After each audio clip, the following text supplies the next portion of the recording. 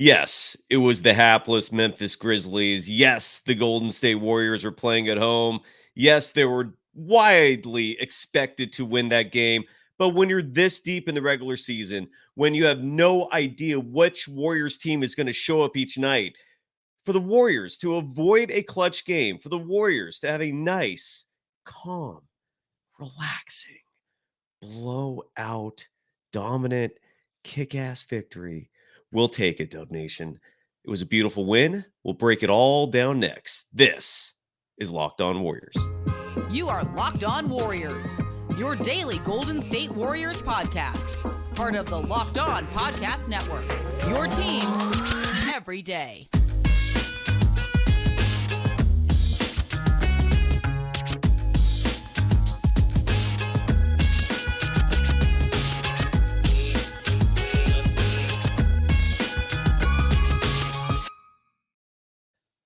Thank you for making Locked On Warriors your first listen every day. We're free and available wherever you get podcasts and on YouTube, where we're exclusively live. We're part of the Locked On Podcast Network, your team every day. Thank you for joining the program tonight. Thank you for being here. You can follow me, Cyrus Saatsaz, on Threads at Dogwild. It's super short. It's super easy. The program's also on there at Locked On Warriors. The Golden State Warriors, speaking of which, picking up a badly needed victory. They were in control of this game pretty much from the second quarter on. The Memphis Grizzlies did put up a fight early. The Warriors were only ahead by one at the end of one, 33-32, but they finish in dominance and with style, in dominating style. 137-116, the final, in a game that, again, the team desperately needed when you consider how tight the standings are right now. And the Golden State Warriors, if it's going to be a battle for the 9 or 10 seed, you damn well want that 9 seed. You want to be at home. And even though the Warriors won this game tonight, they're still a half game behind the LA Lakers in the battle for the 9 seed. They're currently 3.5 back of both the Mavericks and the Phoenix Suns for the 7 seed. And they trail the Sacramento Kings by 4 games for the 6 seed. Not out of the question, but there's only 14 games remaining. 9 road games remaining, 5 home games remaining for the Golden State Warriors.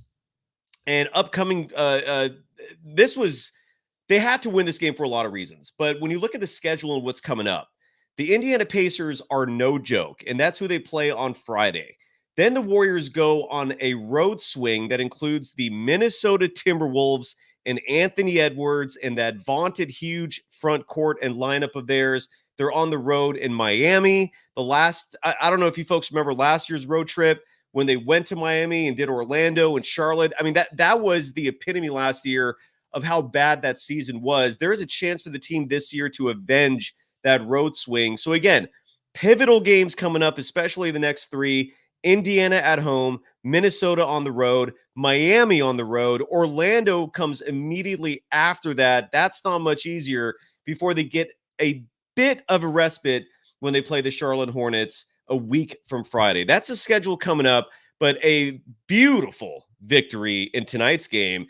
Interestingly enough, this game was tight until we saw a moment that I think a lot of Warriors fans were kind of clenching their collars, clenching their shirts when Draymond Green started to show his old self a little bit.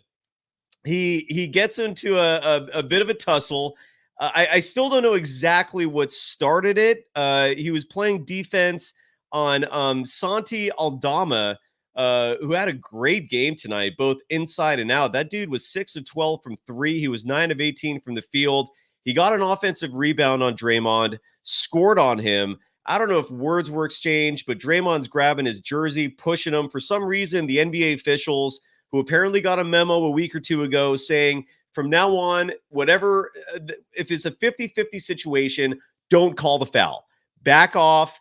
We've been playing it way too easy on offensive players this year, and we're seeing a tightening in a sense, or maybe a loosening. I don't know what the right verbiage is there, but basically they're letting them play now, which I personally love. We're finally seeing basketball without the officials being a huge part of it. But the flip side of that was, and again, I don't mean to attack Dre saying this, but it was pretty wild for the refs to just let him get away with that. He, again, grabbing Aldama's jersey, and then pushing him as well. Not a single repercussion for that. And then a moment later, you see Taylor Jenkins having a conversation with the officials, and then Draymond decides to kind of slide in there and get involved in that conversation himself. Desmond Bane takes offense to that. Those two started grabbing each other's arms because Dre feels like Desmond Bane's getting into his personal space, which he was. And it almost erupted into a fight. Thankfully doesn't. Draymond Green gets hit with just a technical, and it was an offsetting technical both on him and Desmond Bane. So no penalty for all that. Draymond gets away with it. A huge sigh of relief. But honestly, the Warriors needed that. I mean, that was a wake-up call. And then the other huge wake-up call was Steve Kerr calling a relatively angrily timeout because he didn't think Jonathan Kuminga was playing tight enough defense on that same player, Santi Aldama, who was lighting up the Warriors, especially in the first half. In fact, let me pull up his first half numbers here because Aldama was just a pest for a while out there. In the first half of this game, Santi Aldama was 7 of 12 from the field, 6 of 9 from beyond the arc, and at 21 first half points. Finished the game with 27. So it was a combination of his shot not falling in the second half, coupled with the Warriors really tightening up the defense and the intensity. But Dre being himself, I think, is the best way to describe that scenario. Thankfully, he didn't cross any lines where he got ejected. He didn't get a flagrant. Again, relief. But Jonathan Kuminga clearly took the message to heart from Steve Kerr being challenged for his defense on Santi Aldama. And look, from my perspective watching this game, I thought it was just an overall entire team lack of effort when it came to their defensive lapses, including on Aldama. It wasn't just Kuminga guarding him. And again, as evidenced by the aforementioned Draymond Green incident, that he was eating a lot of players up. But Kuminga took that to heart. And when they came out of that timeout, Kuminga responded strongly. He gets not one, but 2 steals. Those lead to monster slams. And again, we've talked about this before. Momentum is a real thing. And Jonathan Kuminga has such a force to his game that when he's fully engaged and when he's playing at the peak of his powers, this Warriors team is borderline unstoppable. It wasn't just him, though, that was lighting it up tonight. I'm going to give Andrew Wiggins his absolute due. The dude has just not been consistent this year. But if for the remaining 14 games of this regular season, if Andrew Wiggins plays like this, anything could happen for the Golden State Warriors. I genuinely mean that. But the problem is, every time we see a night like this from Andrew Wiggins, he follows it up with like a single-digit scoring night. Real fast, the stat lines for these players. Let's start off with Jonathan Kuminga. One of those rare nights where he led the team in scoring. 26 points in this game, 5 rebounds in this game, 4 assists, 2 steals, and I think both of those were immediately following that timeout. But his efficiency just continues to impress. 12 of 17 from the field. His 3-point shot continues to be lights out lately. He was 2 of 3 from beyond the arc tonight. And again, that's, I was watching the ESPN broadcast of this game, and Bob Myers was the color commentator. He was saying a lot of fascinating things. In fact, every time he speaks, I'm listening intently just because the man knows basketball. He was the architect of this entire dynasty. And I am fascinated. I'm intrigued every time the man talks. So when he's doing when he's the color commentator for a game, that's like 3+ hours of just Bob Myers school. And my focus is all in on his verbiage, and he says a lot of interesting things. And so anyways, but he brought up Jonathan Kuminga and Kuminga's ceiling. And I've been saying on this show that Kuminga's ceiling is most likely Jason Tatum of the Boston Celtics. I don't know for sure yet. It's still like a TBD situation. But Bob Myers said Jaylen Brown might be the ceiling. I think Jason Tatum would be a slightly higher ceiling. But either way, if that's who Jonathan Kuminga ends up, awesome. I mean, talk about, winning the draft, just winning the lottery figuratively and literally. And So Bob Myers, it was interesting that he brought that up. And then he said that what we saw tonight when Kuminga's hitting those threes, when he's getting those steals, that is the ceiling. That is what could eventually become with Jonathan Kuminga. And that's part of what excites me so much about this kid. Who knows what we're going to end up with for this guy? I mean, it's fascinating. I'm very curious to see who Jonathan Kuminga is 2 years from now and who he is 5 years from now when we see the total picture. But his three-point shooting, again, the last 5 games, just to put it in perspective, going back to March 11th, at the Spurs, he shot 67% from deep. At the Mavericks, he shot 100% from deep. At the Lakers, he shot 67% from deep. In that Knicks game, I don't think he had a three-point attempt, so the stats say 0%. And then tonight, again, 2 for 3. The dude is shooting lights out from deep. You saw those monster slams. There was a give and go between him and Gary Payton II that was just basketball poetry in effect right in front of us.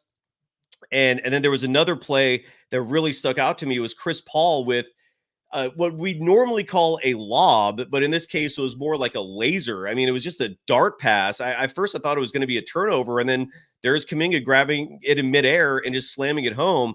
Fantastic night for Kuminga. He had 18 points in the first half, finishes the game again with 26 points. And really quickly, Andrew Wiggins, I have to give him his due. This might have been, at least from my perspective, the best game we've seen all year. Whether or not, how seriously we can take it, considering it was the Grizzlies on the other side. But look, this was a must-win game for the Warriors. It absolutely was. But let's not kid ourselves here for even a second. I mean, the Warriors have to start playing with momentum, with confidence, and with effectiveness, and with execution going into the playoffs. You could talk all you want about the final regular season record and where they are in the standings when they go in, but how they're playing going into the playoffs, it means everything. And they have to be firing in all cylinders if they're going to have any chance of a run. And if we get this version of Andrew Wiggins, 29 minutes of play, 9 of 14 from the field, he was 4 of 6 from deep. His shooting stroke is what's been sticking out to me for the last few weeks or a month plus in terms of what's turned around for him. That outside shot is huge when it's falling. But maybe the best part for Andrew Wiggins tonight, 10 rebounds. When we look back to the 2022 Warriors and when we think back to the Andrew Wiggins, that was the second best player in a team that won the world championship, it was his tenacity, his ferociousness inside, grabbing big rebounds, playing like a power forward. That really was a difference maker for this Warriors team. And the rebounding part of it statistically is what sticks out for me when I see Wiggins and whether or not he's a version of his old self, especially from that world title team. So to see him to see him score 22 points, to see him grab 10 rebounds, and on top of all that, going 4 of 6 from beyond the arc, Maron, bravo, Andrew, great game. And the third player when we come back that I have to give a lot of love to because he also looked good and he's relishing that sixth man role, and that's Klay Thompson. There's a lot more to discuss. I have to go. I want to bring up that Draymond fight again because there's a lot there, and especially there's a lot there in terms of the rivalry between these two teams. It evokes some memories, especially when it comes to Taylor Jenkins and John Morant, that I have to bring up on the program. So we're going to touch on that. We got Klay Thompson, a lot of interesting statistics to bring up as well from this game that I at least jotted down in the notebook while doing my research. A lot more to discuss, but ultimately a great night. The Warriors win. Any win is going to be a celebratory night, especially at this part of the season. 14 games to go, and who knows where the Warriors are going to end up. In all likelihood, 9 or 10, but even if that's where it ends up, let's hope it's 9. I mean, it's a huge difference playing that LA Lakers team between being at home in the cozy confines of Chase Center or being in Staples Center Crypto, where Stephen Curry historically has not shot the ball well and Klay Thompson not that much better. First up, though, let's give some love to our sponsors for the evening. And first up on the agenda is eBay Motors. Passion, drive, and patience. It's what brings home the winning trophy. And it's also what keeps your ride or die alive. eBay Motors has everything you need to maintain your vehicle and level it up to peak performance, from superchargers, roof racks, exhaust kits, LED headlights, and more. Whether you're into speed, power, or style, eBay Motors has got you covered. With over 122 million parts for your number one ride or die, you'll always find exactly what you're looking for. And with eBay Guaranteed Fit, your part is guaranteed to fit your ride every time or your money back. I like guarantees because with eBay Motors, you're burning rubber, not cash. With all the parts you need at the prices you want, it's easy to turn your car into the MVP and bring home that win. Keep your ride or die alive at ebaymotors.com. Eligible items only. Exclusions apply. eBay Guaranteed Fit only available to U.S. customers. You are Locked On Warriors, your daily Golden State Warriors podcast. Part of the Locked On Podcast Network, your team every day. As you know, Locked On has launched the first ever national sports 24/7 streaming channel, Locked On Sports Today. Baseball fans, mark your calendars for March 20th at 7 p.m. Eastern for the best Major League Baseball season preview. Wait, is that today? Yeah, that is today. So wait, hold on. Let me double check my ad reads here. That just happened. So let's switch it up. I apologize for that. Are you watching Fox Sports or ESPN on your TV all day? Do you have to turn down the volume with all that shouting? Make the switch to Locked On Sports Today, a free 24/7 sports streaming channel programmed for you every day to bring you the biggest stories without all the screaming. Locked On Sports Today brings you can't-miss analysis, opinions, and news, streaming 24/7 on YouTube or the free Amazon Fire TV channels app, part of the Locked On Podcast Network, your team every day. And you can follow me, Cyrus Saatsaz, on Threads at Dog Wild. Let's give Klay Thompson some love real fast because he played great and he's been playing great. The switch to the bench was a massive difference for his game. Better late than never. I wish we saw this 6 months ago or 3 months ago or whatever, earlier in the season, maybe even late last season. But again, better late than never. And Klay Thompson coming off the bench tonight, 25 minutes of play. The dude shot 50% from the field. When you get that from a wing, that's always incredible. But he was 5 of 11 from deep. That's just shy of 50% shooting from three.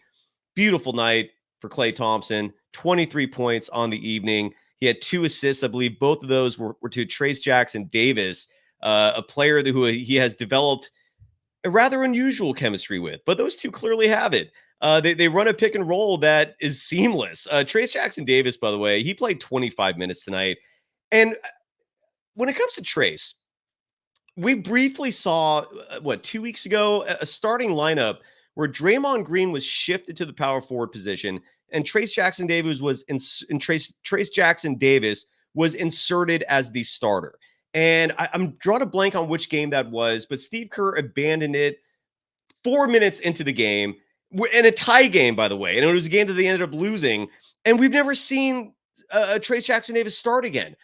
I don't know why we're not seeing that. I do pay attention to the chat for this program, and anybody who tags me on social media or DMs me, I do read what you're sending.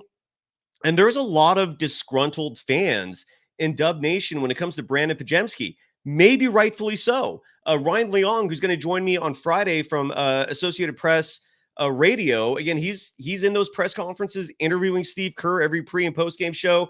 He told me during today's pregame presser, someone asked Steve Kerr about Brandon Podziemski, and Kerr basically scoffed and said that he thinks Podziemski's fine.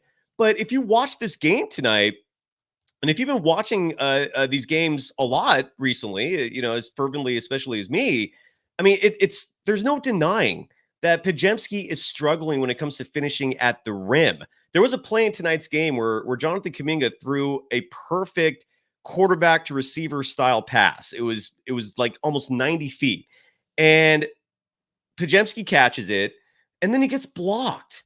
And thankfully Wiggins was there to get the rebound and put it in for the follow-up. There was a sequence later where Podziemski missed 2 straight layups late in the third quarter. So something is clearly amiss there. And I bring that up because maybe the answer to a lot of Warriors problems is starting Trayce Jackson-Davis and shifting Andrew Wiggins to the shooting guard position, making Jonathan Kuminga a small forward.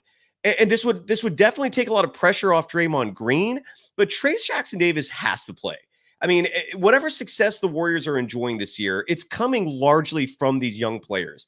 Kuminga and Trayce Jackson-Davis especially. Trayce Jackson-Davis tonight was 6 of 8 from the field. He also grabbed 5 rebounds, scored 13 points. He played 25 minutes. Good things happen when he plays. And then Podziemski, but then here's the counter to Podziemski.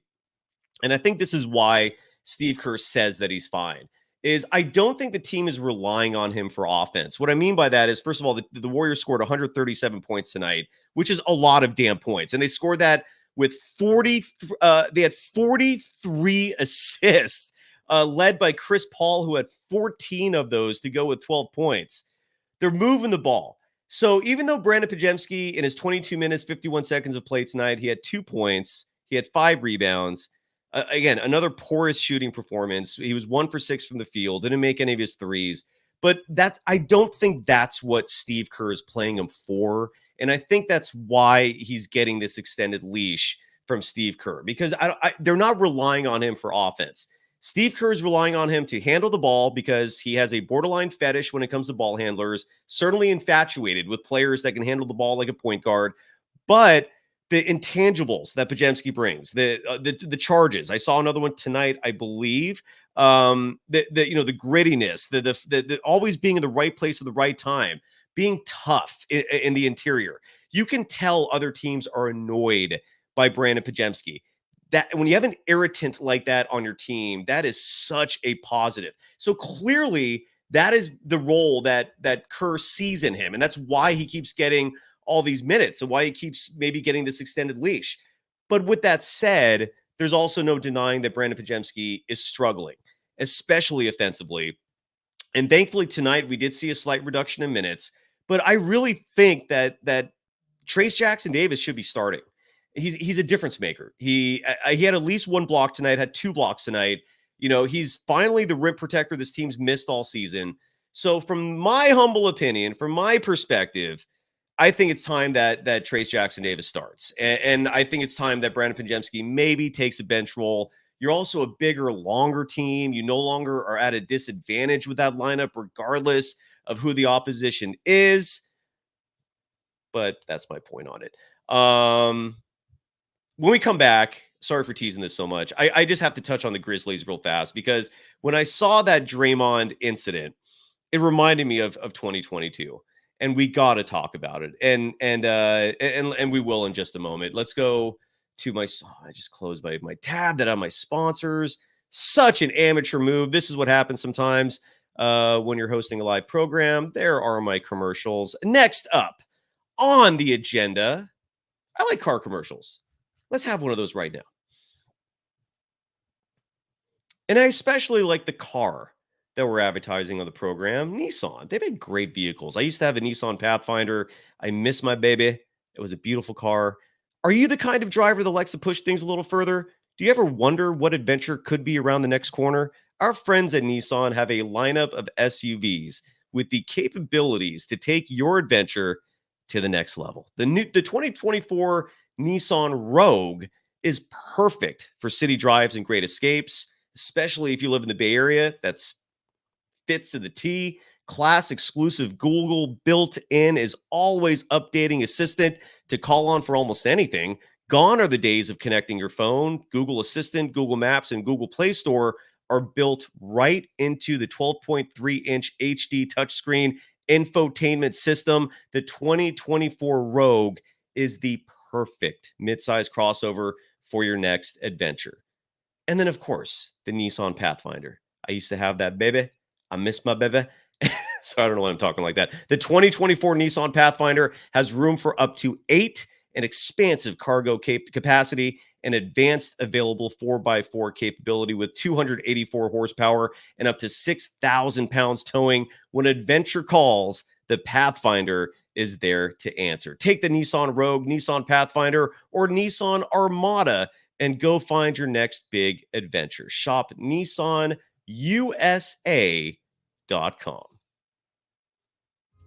You are Locked On Warriors, your daily Golden State Warriors podcast. Part of the Locked On Podcast Network, your team every day. Thank you for making Locked On Warriors your first listen every day for the everydayers. At the absolute latest, we are back at this on Friday when the Warriors host the Indiana Pacers, a fast team, a very efficient offensive team. I know Tyrese Halliburton has been slowed down recently because of that hamstring. Did I say his name right? I hope it did. But that's what's next at the absolute latest. But we might have a program tomorrow as well. I got some fun ideas. I still have to dedicate an entire episode to Jonathan Kuminga. He deserves it. His background to me is very interesting. But earlier in this game, we saw this incident with Draymond Green, where him and Desmond Bane, who Bane, by the way, had an awful game tonight. 2 of 13 from the field, 2 of 9 from beyond the arc, 6 points, 1 rebound. They did a good job defending him. And him and Draymond got into an incident. And during this incident, Grizzlies head coach Taylor Jenkins tumbles over and falls in the process. But it reminded me when I saw this incident, especially when I was watching Taylor Jenkins, because whatever he was saying to the ref, Draymond wanted to hear it. He wanted to get involved with it. And it reminded me of that 2022 series. And it reminded me of that series because I still have not forgiven Taylor Jenkins and Ja Morant for trying to blame Jordan Poole for injuring his knee. Do you remember that ludicrous accusation? It was asinine. It was utterly ridiculous. Jordan Poole was playing defense and happened to touch Ja Morant's kneecap in the most harmless, innocuous way imaginable. It was just a basketball swipe, and it did not cause the injury. Yet there was Taylor Jenkins. I understand defending your player, but you cannot rush to judgment like that, especially when you're accusing someone of intentionally injuring a player. It was such a joke. I just want accountability for those types of actions. And I don't think Draymond Green forgot about that either. I really do believe strongly there was a hint of that series still lingering in a lot of the Warriors players' minds. And it was part of the reason. Yeah, and Richard Sarbong, you're absolutely right. They accused Jordan Poole of yanking on a kneecap. It was just utter BS. And so there is still animosity there between these teams.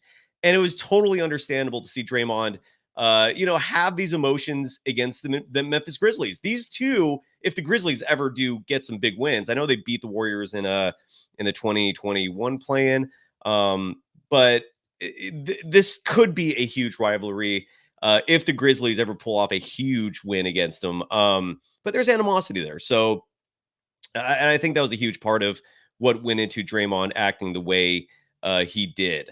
I want to bring up as well, there's a great stat tonight over on the ESPN broadcast, and I'll share my screen for this so you all can see the visual that was presented.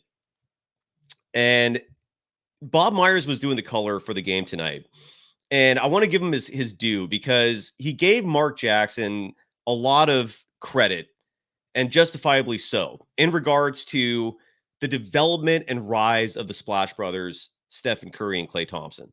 Steph and Klay, time and time and again, acknowledge Mark Jackson as being the individual who molded these two players into who they are. He gave them their confidence. He toughened them up. He taught this team defense. And I know Steve Kerr gets all the credit for the dynasty, but I will never forget Mark Jackson's influence and his impact those 2 years, because before Mark Jackson came to the Golden State Warriors and became their head coach for those 2 seasons, the Golden State Warriors were the laughingstock of the NBA for nearly 40 years. True story. And so I'm never going to forget Mark Jackson for that. Ever. I can't. If you love the Warriors and you're old enough, I know there's a lot of young people who follow this now, but if you're old enough to remember Mark Jackson and those 2 years, I think you will appreciate as well his impact. And Mark Jackson, early in his tenure, again, he's only coaching this team for 2 years, but he was boldly saying publicly that Stephen Curry and Klay Thompson are the best shooting backcourt this game has ever seen. Ever. He was saying this back in like 2012, and people laughed at him. Nobody's laughing at him now. Nobody laughed at Mark Jackson just 2 years later. He was right. He was 100% right. And I bring that up because Stephen Curry tonight, by the way, had a very quiet game. And I want to say something about Stephen Curry real fast, which I have noticed from observing. Steph had 14 points in this game, 5 of 9 from the field, 4 of 7 from deep, very efficient, very quiet, and it didn't matter. I mean, the Warriors blew the Grizzlies away. It was a reminder that Steph doesn't have to carry this team. He does have help. It's just whether or not that help shows up. And in a game like tonight with Wiggins and Klay doing what they do, consistency has been the biggest issue with those two guys. This is what happens when everyone shows up. They dominate. So Steph had a quiet 14 points tonight, but he had 4 3-pointers. Klay Thompson had 5 3-pointers. Stephen Curry and Klay Thompson combined have the most games by a duo with 4+ 3-point games each, with 130. So there have been 130 games where both Steph and Klay in the same game have hit 4+ 3-pointers. That's incredible. The next closest is Eric Gordon and James Harden with 51. Dame Lillard and CJ McCollum are third with 40. So props to Bob Myers for the acknowledgement of Mark Jackson's influence. Props to Stephen Curry and Klay Thompson, a.k.a. the Splash Brothers, for doing what they do. Bravo to you two. I want to finish the show up with some interesting statistics that I jotted down. We saw Pat Spencer tonight, the two-way player, the former lacrosse player. He scored his first bucket tonight. And Mike Breen had a very interesting stat, which is what you hear in blowout games. Pat Spencer wears number 61. The last player to wear the number 61 in the entire NBA was in 1963. Why? I have no idea. I have no clue. But it's a rarity, and it's the number Pat Spencer wears. He's the first number 61 in the NBA since 1963. I have no clue why that is, but it's true. And I want to mention as well, again, Chris Paul coming off the bench. He played 24 minutes tonight, 14 assists. Draymond Green had 7 assists. Draymond Green, by the way, led the team in net rating tonight, plus 25. Wiggins was plus 22. Kuminga was plus 21. But Chris Paul, his 14 assists. Draymond had 7.